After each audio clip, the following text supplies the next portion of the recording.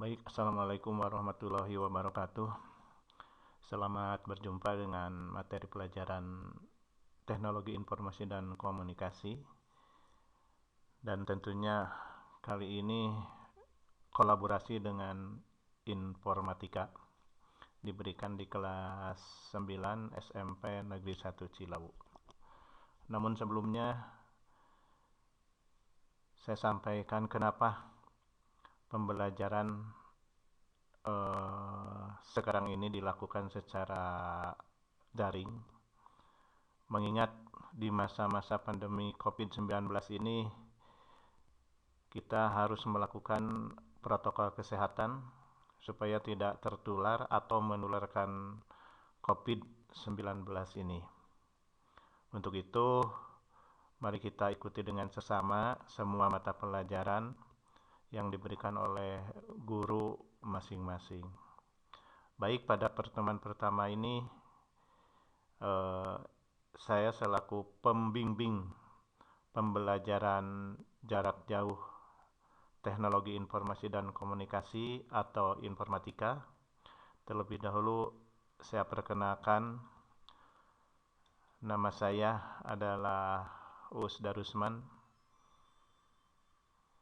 Saya dilahirkan ini kira-kira 58 tahun yang lalu, tepatnya di Kecamatan Cilawu. Saya mulai mengajar di SMP 17 Cilawu tahun 1983 dan kemudian diangkat menjadi pegawai negeri sipil sebagai guru di SMP Negeri Pamengpek untuk kelas jauh SMP Cibalong, Kabupaten Garut. Saya mengajar di waktu itu pelajaran matematika dan fisika. Hampir 6 tahun di SMP Negeri Cibalong. Selanjutnya saya pindah ke SMP Negeri 1 Cilawu sampai sekarang ini. Baik, peserta didik yang bahagia, mudah-mudahan perkenalan ini bisa menambah sedikit wawasan atau perkenalan dengan warga SMP Negeri 1 Cilawu Kabupaten Garut. Artinya anak-anakku bisa berkomunikasi dengan guru-guru yang bersangkutan. Jangan sampai kalian tidak mengenal guru atau warga SMP Negeri 1 Cilawu, apalagi setelah keluar selama 3 tahun, lalu keluar kalian tidak mengenal warga SMP Negeri 1 Cilawu. Nah, dengan perkenalan ini kalian mudah-mudahan bisa berkomunikasi. Demikian. Namun ada beberapa hal yang mesti kalian catat kalau berhadapan dengan saya, karena saya memiliki karakter yang berbeda. Tentunya karakter ini dimiliki oleh semua individu.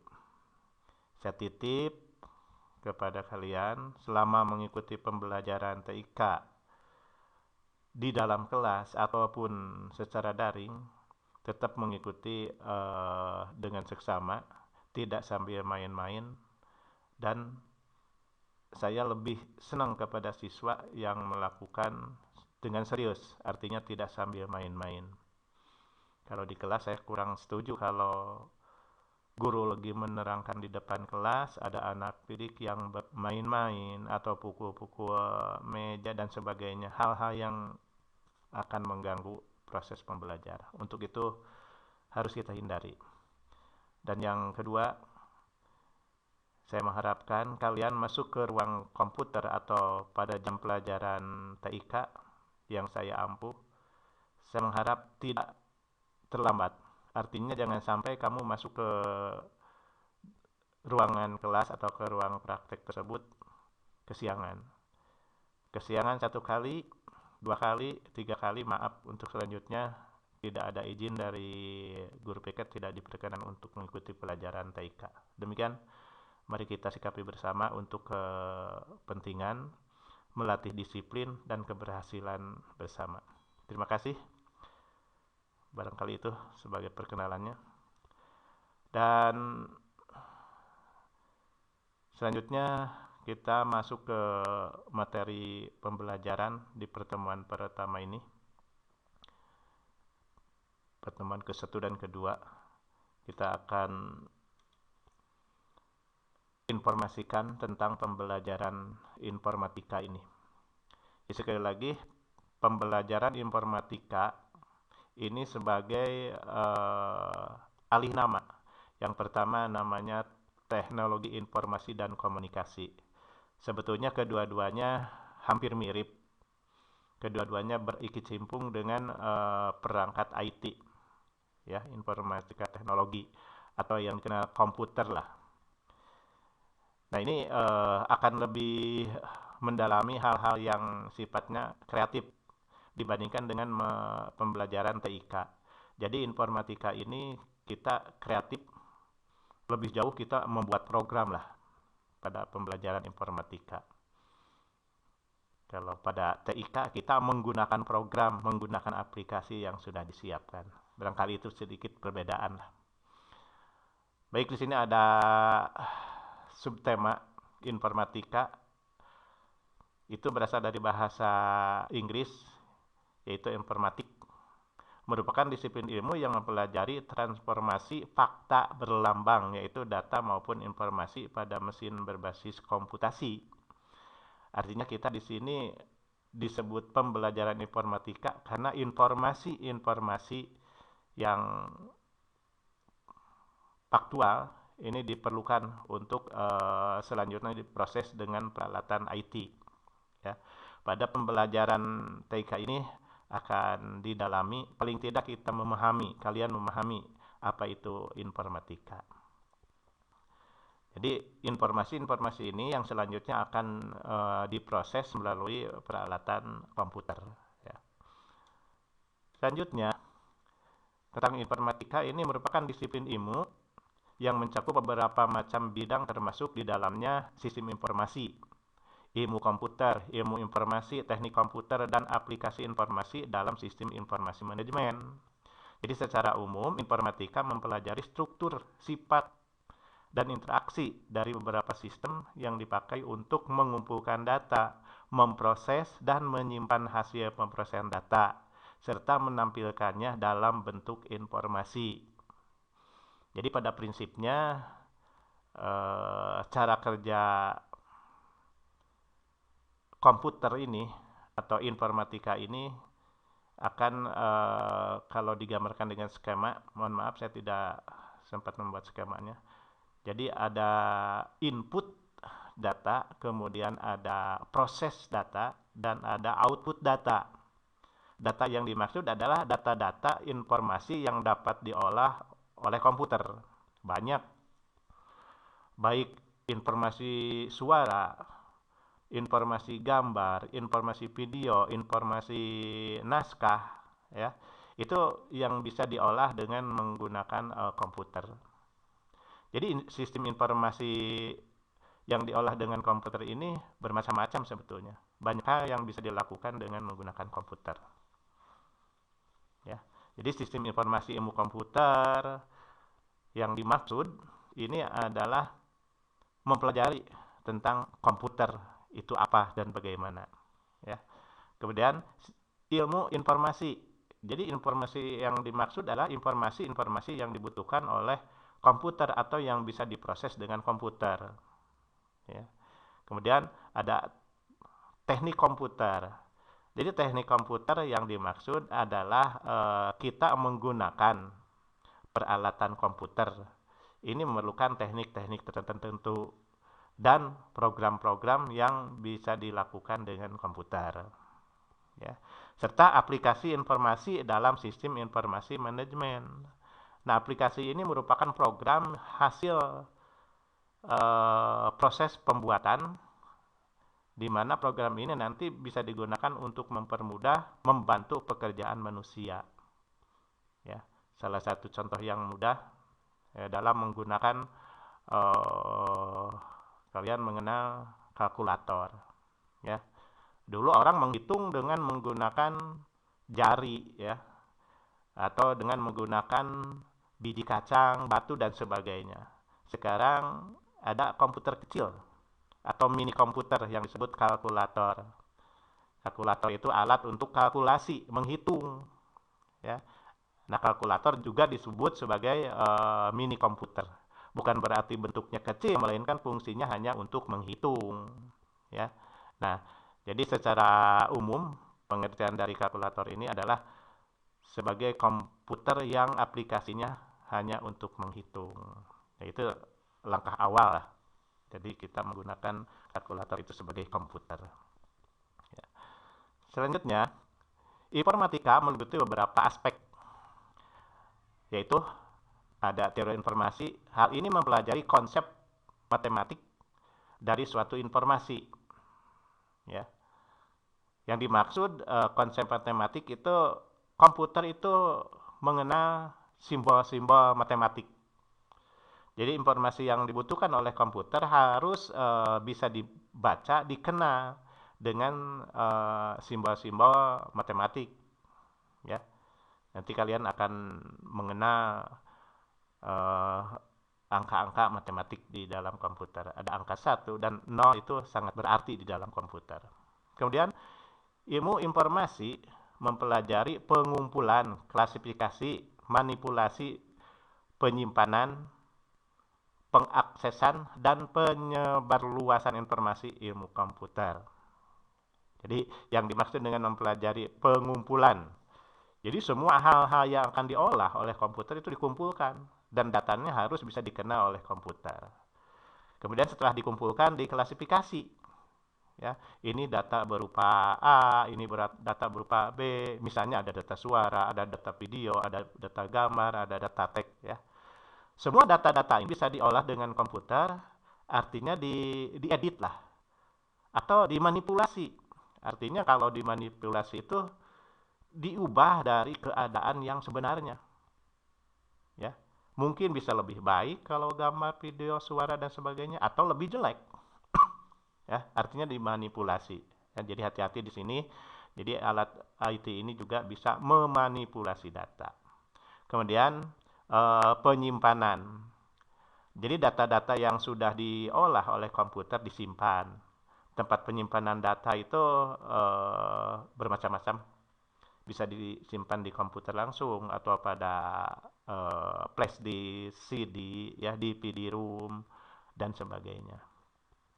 Kemudian setelah data tadi disimpan itu juga harus bisa dicari. Artinya diakses. Kita memerlukan data apa? Cari data tersebut. Di mana kita menyimpan data, apa nama data tersebut. Baru kita bisa membuka atau mengedit atau bahkan mengirimkannya. Ya. Dan menyebarluaskan informasi ilmu komputer. Jadi maksudnya maaf di sini menyebarkan hasil pemrosesan. Selanjutnya, kita mengenal istilah komputer. Mengenal istilah komputer ini sebetulnya yang sering kita pergunakan adalah istilah-istilah yang dalam bahasa Inggris. Tadi sudah saya singgung di mana awal mula komputer itu dengan ditemukannya mesin hitung atau kalkulator. Ya. Komputer berasal dari bahasa Inggris, yaitu to compute, yang artinya menghitung. Sejarah komputer tidak lepas dari sejarah alat hitung atau kalkulator tadi lah, mesin hitung ya. Kemudian perkembangannya komputer dibagi menjadi 2 tahap, yaitu sebelum tahun 1940 dan sesudah tahun 1940. Ya. Nah, mesin hitung seperti yang pernah saya sampaikan tadi, awal mula orang menghitung dengan menggunakan jari. Kemudian ada alat hitung dengan menggunakan cipoah ya. Itu, dan selanjutnya dikenal dengan menggunakan kalkulator, alat untuk kalkulasi. Jadi ini merupakan langkah awal perkembangan dari komputer. Ya. Nah, pembagian komputer modern terdiri atas 5 generasi. Generasi pertama yaitu awal mulanya komputer. Jadi komputer ini dulu satu unit komputer itu fungsinya hanya untuk menghitung seperti kalkulator itu. Kemudian di generasi kedua dikenal dengan komputer yang perkembangannya bisa digunakan untuk kepentingan-kepentingan yang lain. Komputer jenis ini atau generasi kedua ini, satu unit komputer itu ukurannya sangat besar, bahkan bisa sampai segede ruang kelas. Beratnya itu sampai mencapai 8 ton. Itu satu unit komputer, ya. Nah, selanjutnya pada generasi ketiga, generasi ketiga ini, mohon maaf, ya pada generasi ketiga ini komputer itu lebih simpel. Kalau dulu menggunakan jenis tabung, tabung itu seperti hanya televisi lah.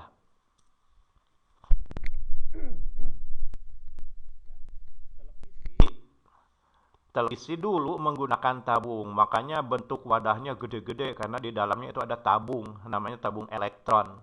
Elektron-elektron tersebut bisa bereaksi apabila diberi tenaga listrik. Ya, elektron juga dulu tidak warna-warni, ya sekarang sudah berwarna-warni itu. Kalau dulu hanya hitam putih atau monokrom lah, ya. Kemudian perkembangan berikutnya ditemukan komponen yang disebut transistor, komponen elektronika, sehingga komputer menjadi lebih simpel, lebih kecil bentuknya, ya, yang dikenal dengan komputer jenis PC ya, atau komputer. Dan selanjutnya generasi keempat. Nah, generasi keempat sekarang ini merupakan komputer perkembangan dari generasi sebelumnya. Kalau dulu pertama ada menggunakan tabung, kedua ditemukannya transistor, ketiga di sini lebih simpel lagi. Keempat, lebih simpel lagi, di mana ditemukan komponen-komponen yang disebut IC, Integrated Circuit, di mana komponen ini lebih praktis, lebih simpel, bentuknya bisa lebih hemat ruangan. Nah, ini disebut sebagai generasi keempat. Kalau dulu komputer 8 ton beratnya, kemudian diperkecil lagi, satu meja, diperkecil lagi, sampai sekarang komputer itu bisa masuk di kantung baju. Artinya lebih kecil, itu komputer. Ya. Dan sekarang ada generasi kelima. Nah, generasi kelima ini merupakan komputer impian. Ya, merupakan komputer impian. Komputer generasi kelima memang belum terwujud karena komputer generasi ini merupakan komputer impian masa depan. Jadi kita punya keinginan, misalnya, ya, kita punya keinginan untuk membuat komputer tanpa menggunakan monitor yang bisa disentuh, jadi tampilannya bisa melayang-layang di udara, misalnya. Siapa tahu nanti kau yang akan menjadi pencipta hal yang ini, ya. Kemudian misalnya ketika kita belanja online, tinggal mengetik barang yang dibutuhkan langsung keluar dari komputer. Hal yang seperti ini mungkin, ya, yang merupakan impian kita. Nah, ini ada rangkuman, silahkan kalian dipelajari hal-hal yang semestinya kamu ketahui. Saya sampaikan pada materi daring ini, kamu tidak cukup dengan hanya membaca PowerPoint atau mendengarkan penjelasan dari guru. Kalian juga boleh mencari sumber-sumber lain. Kamu punya gadget, bisa akses atau download atau cari informasi tentang pembelajaran, khususnya pelajaran TIK atau informatika ini. Karena semakin ke depan kamu harus menyesuaikan dengan perkembangan zaman. Kita tidak menonton atau yang itu saja gitulah. Kamu harus berkreasi, kreatif, bisa menciptakan, bahkan bukan hanya menggunakan barang-barang hasil karya orang lain. Ya, barangkali itu anak-anakku materi yang saya sampaikan, mudah-mudahan bermanfaat. Sekali lagi, kamu eksplor lebih banyak. Kamu cari buku-buku atau hal-hal lain yang bisa dibaca dan sebagainya. Sekian, terima kasih. Mudah-mudahan bermanfaat. Dan seandainya kalian ada hal yang perlu ditanyakan, silahkan hubungi di WhatsApp atau telepon di 085 323 02848. Terima kasih. Assalamualaikum warahmatullahi wabarakatuh.